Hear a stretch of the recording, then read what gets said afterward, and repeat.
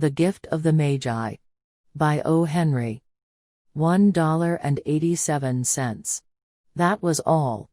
And 60 cents of it was in pennies.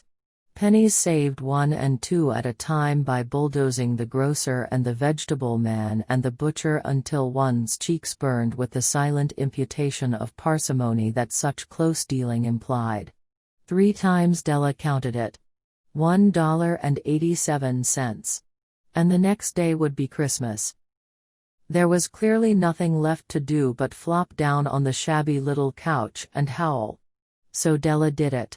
Which instigates the moral reflection that life is made up of sobs, sniffles, and smiles, with sniffles predominating. While the mistress of the home is gradually subsiding from the first stage to the second, take a look at the home. A furnished flat at $8 per week. It did not exactly beggar description, but it certainly had that word on the lookout for the mendicancy squad. In the vestibule below was a letterbox into which no letter would go, and an electric button from which no mortal finger could coax a ring.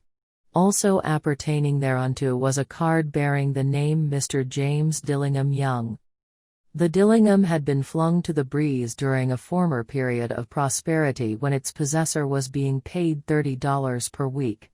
Now, when the income was shrunk to $20, the letters of Dillingham looked blurred, as though they were thinking seriously of contracting to a modest and unassuming D. But whenever Mr. James Dillingham Young came home and reached his flat above, he was called Jim and greatly hugged by Mrs. James Dillingham Young, already introduced to you as Della. Which is all very good. Della finished her cry and attended to her cheeks with the powder rag. She stood by the window and looked out dully at a gray cat walking a gray fence in a gray backyard.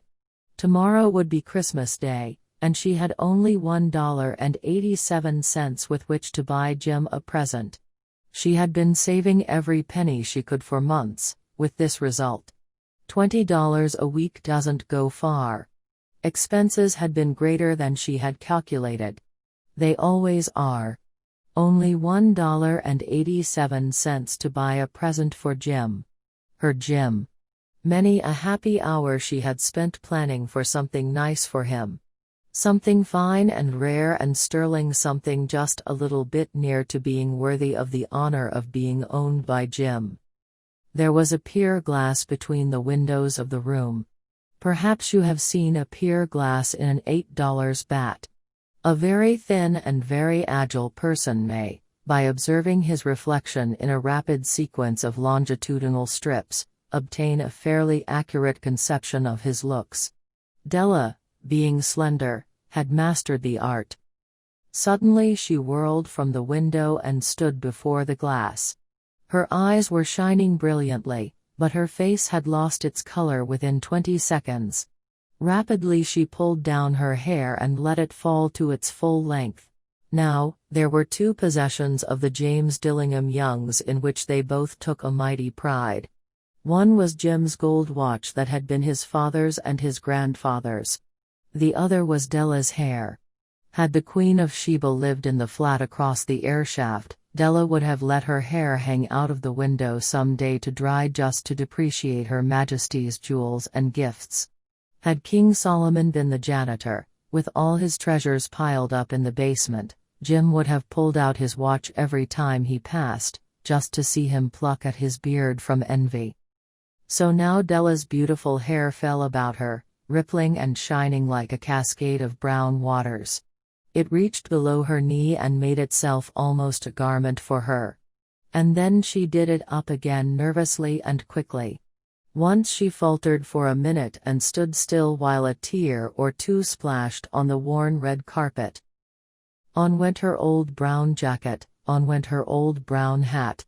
With a whirl of skirts and with the brilliant sparkle still in her eyes, she cluttered out of the door and down the stairs to the street.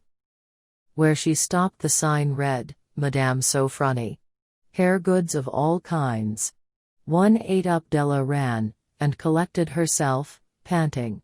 Madam, large, too white, chilly, hardly looked the Sofronie. Will you buy my hair? Asked Della. "I buy hair," said Madam. "Take your hat off and let's have a sight at the looks of it." Down rippled the brown cascade. $20, said Madam, lifting the mass with a practiced hand. "Give it to me quick," said Della. Oh, and the next 2 hours tripped by on rosy wings. Forget the hashed metaphor. She was ransacking the stores for Jim's present. She found it at last. It surely had been made for Jim and no one else. There was no other like it in any of the stores, and she had turned all of them inside out. It was a platinum fob chain, simple and chaste in design, properly proclaiming its value by substance alone and not by meretricious ornamentation, as all good things should do. It was even worthy of the watch. As soon as she saw it, she knew that it must be Jim's. It was like him. Quietness and value, the description applied to both. $21 they took from her for it, and she hurried home with the 78 cents. With that chain on his watch, Jim might be properly anxious about the time in any company. Grand as the watch was, he sometimes looked at it on the sly on account of the old leather strap that he used in place of a chain. When Della reached home, her intoxication gave way a little to prudence and reason. She got out her curling irons and lighted the gas and went to work repairing the ravages made by generosity added to love. Which is always a tremendous task, dear friends, a mammoth task. Within 40 minutes her head was covered with tiny, close-lying curls that made her look wonderfully like a truant schoolboy. She looked at her reflection in the mirror long, carefully, and critically. "If Jim doesn't kill me," she said to herself, "before he takes a second look at me, he'll say I look like a Coney Island chorus girl. But what could I do? Oh, what could I do with $1.87? At 7 o'clock the coffee was made and the frying pan was on the back of the stove, hot and ready to cook the chops. Jim was never late. Della doubled the fob chain in her hand and sat on the corner of the table near the door that he always entered.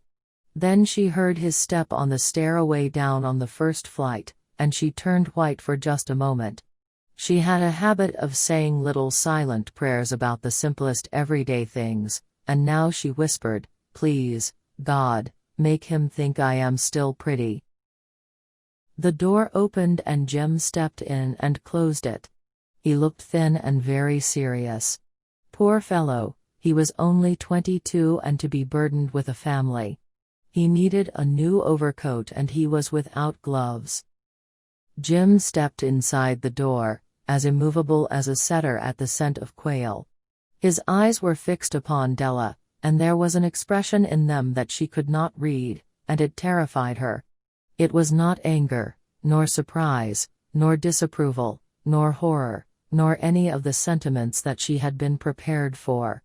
He simply stared at her fixedly with that peculiar expression on his face. Della wriggled off the table and went for him. "Jim, darling," she cried, "don't look at me that way. I had my hair cut off and sold it because I couldn't have lived through Christmas without giving you a present. It'll grow out again, you won't mind, will you? I just had to do it. My hair grows awfully fast. Say Merry Christmas, Jim, and let's be happy. You don't know what a beautiful, nice gift I've got for you." "You've cut off your hair?" asked Jim, laboriously, as if he had not arrived at that patent fact yet, even after the hardest mental labor. "Cut it off and sold it," said Della. "Don't you like me just as well, anyhow? I'm me without my hair, ain't I?" Jim looked about the room curiously. "You say your hair is gone," he said, with an air almost of idiocy. "You needn't look for it," said Della. "It's sold, I tell you, sold and gone, too. It's Christmas Eve, boy. Be good to me, for it went for you. Maybe the hairs of my head were numbered," she went on with a sudden serious sweetness, "but nobody could ever count my love for you. Shall I put the chops on, Jim?" Out of his trance, Jim seemed quickly to wake. He unfolded his Della. For 10 seconds let us regard with discreet scrutiny some inconsequential object in the other direction. $8 a week or $1 million a year, what is the difference? A mathematician or a wit would give you the wrong answer. The Magi brought valuable gifts, but that was not among them. This dark assertion will be illuminated later on. Jim drew a package from his overcoat pocket and threw it upon the table. Jim drew a package from his overcoat pocket and threw it upon the table. Don't make any mistake, Dell, he said, about me. I don't think there's anything in the way of a haircut or a shave or a shampoo that could make me like my girl any less. But if you'll unwrap that package you may see why you had me going a while at first. White fingers and nimble tore at the string and paper. And then an ecstatic scream of joy, and then, alas, a quick feminine change to hysterical tears and wails, necessitating the immediate employment of all the comforting powers of the lord of the flat. For there lay the combs, the set of combs, side and back, that Della had worshipped for long in a Broadway window. Beautiful combs, pure tortoiseshell, with jeweled rims just the shade to wear in the beautiful vanished hair. They were expensive combs, she knew, and her heart had simply craved and yearned over them without the least hope of possession. And now, they were hers, but the tresses that should have adorned the coveted adornments were gone. But she hugged them to her bosom, and at length she was able to look up with dim eyes and a smile and say, "My hair grows so fast, Jim." And then Della leaped up like a little singed cat and cried, "Oh, oh." Jim had not yet seen his beautiful present. She held it out to him eagerly upon her open palm. The dull precious metal seemed to flash with a reflection of her bright and ardent spirit. "Isn't it a dandy, Jim? I hunted all over town to find it. You'll have to look at the time 100 times a day now. Give me your watch. I want to see how it looks on it." Instead of obeying, Jim tumbled down on the couch and put his hands under the back of his head and smiled. "Dell," said he, "let's put our Christmas presents away and keep 'em a while. They're too nice to use just at present. I sold the watch to get the money to buy your combs. And now suppose you put the chops on." The Magi, as you know, were wise men, wonderfully wise men who brought gifts to the babe in the manger. They invented the art of giving Christmas presents. Being wise, their gifts were no doubt wise ones, possibly bearing the privilege of exchange in case of duplication. And here I have lamely related to you the uneventful chronicle of two foolish children in a flat who most unwisely sacrificed for each other the greatest treasures of their house.